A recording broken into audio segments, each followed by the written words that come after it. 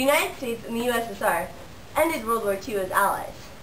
As co-founders of the United Nations, they were both permanent members of the Security Council, having a full veto over any of its actions. However, these superpowers had vastly different philosophical and political ideologies that set them in a conflict so fierce that it threatened to obliterate the entire Earth. Sensing this pressure, the United States sought alliances to strengthen themselves against the USSR. This resulted in the North Atlantic Treaty Organization. Well, I refuse to let America pull back to its post-World War II isolationism. We have a duty to the rest of the world, especially guarding Western Europe against communists. What do you think, Ambassador St. Laurent? Well, speaking for Canada, we must make an association of democratic, peace-loving states to prevent the spread of communism. We all know that communism aims to topple capitalist countries like ourselves. That is excellent. Canada, your support is so crucial. We don't want to stand alone against the quickly amassing Soviet powers. What do you think, Senator Taft? This is a bad idea. This is not a peace program, this is a war program. We are essentially undertaking to arm half the world against the other half. This is inevitably going to lead to an armament. We still have not fully recovered from the war ourselves. The greatest obstacle to our continued freedom is the prevailing and paralyzing sense of insecurity. This treaty is so important because it provides us with an antidote for the poison. And the Atlantic Pact is very important for these Western European nations because then they will be able to breathe freely again. Interesting point, Senator Connolly. I think I agree. We shall commence talks with Western nations to establish the North Atlantic Treaty Organization. Who should we get in on this? Britain for sure. We should probably talk to France and Italy too. How about Japan? Not Japan. There's Denmark and Norway. Belgium. Alright. Portugal. Yes. Alright, so Truman, you should probably get talking to the leaders of those countries, get this underway. I will begin.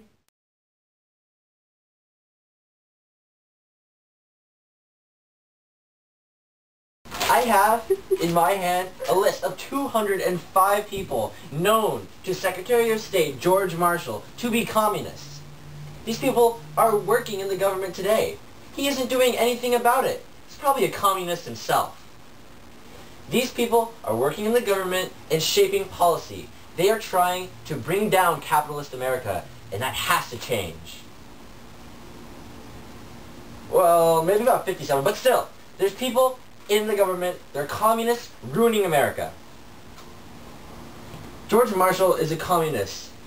You may think he's a great guy, you may think he's a man of integrity, but he's not. He's a dirty, red communist. He is part of conspiracy so immense, an infamy so black, it completely dwarfs any venture in the history of man. He was unable to stop China from becoming a communist nation. He didn't try. He wanted that to happen. And also, everyone in the army is a communist.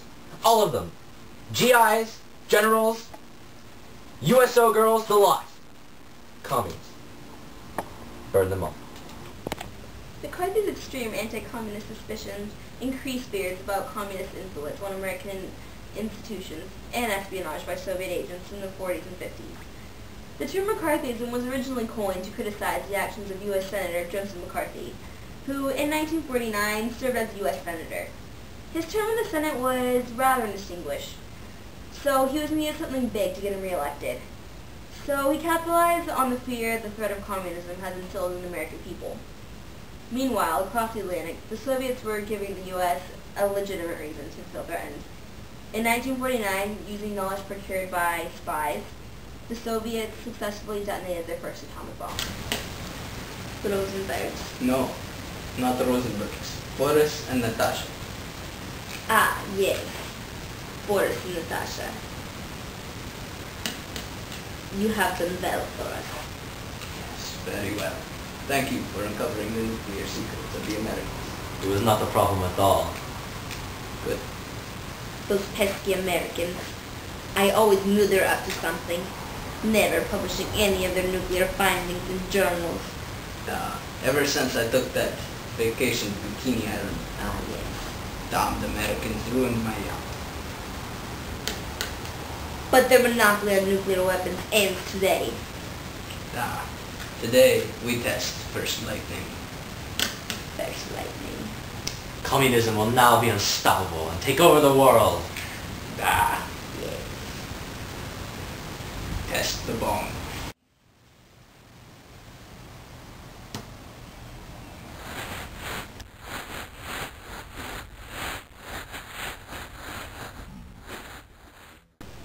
As nuclear capabilities escalated, the arms race increased rapidly. In 1957, the Soviets launched the satellite Sputnik. The U.S. had been outdone. And what was more is that the Soviets could now transport their missiles and launch them from space. The U.S. went to work to build up their arms. And as the nukes increased, tensions increased as well. And Stalin's successor, Khrushchev, emphasized the hostility blatantly. In conclusion, the peoples of Eastern Europe have been deprived of both their political and civil rights by the Soviets. Shut up! How dare you, Filipino delegate Lorenzo Sumulong? Reporter is you, your toady, American imperialism, American day. I will not listen to their stupid capitalist bull. And as tensions mount, the communists and capitalists become more and more wary.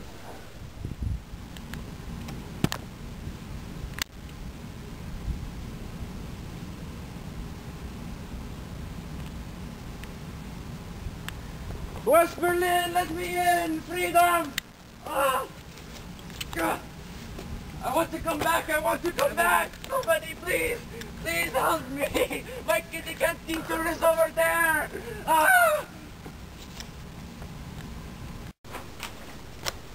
The Berlin Wall was a physical representation of the split between communism and capitalism. East Berlin justified it as a protective measure against possible Western aggression, and also as a preventative measure of preventing Western capitalist goods from being sold on the black market. More commonly, it was seen as a corral for East Berliners, because the only provision prohibited Easterners from moving west, and not Westerners from moving east.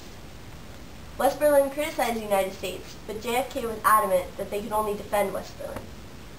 In fact, the United States breathed a sigh of relief, even though the Berlin Wall was in direct violation of the Potsdam Treaty, because it lessened the possibility of a full takeover of West Berlin. The USSR and the United States kept tiptoeing around each other, while still plotting for the other's downfall. Things finally erupted into near catastrophic proportions when the U.S. placed missiles in Turkey.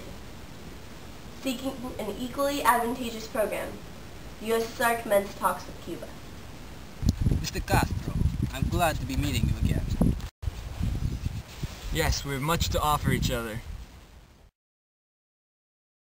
And with our united efforts, we will be able to spread communism and conquer the entire world.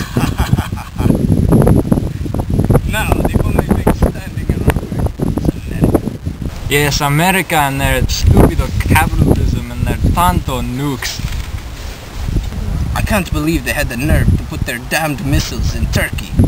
And I assume this is where we come in. Now, with our nuclear capability, stronger than even the Americans, all we need is you. We have the power, and you have the proximity.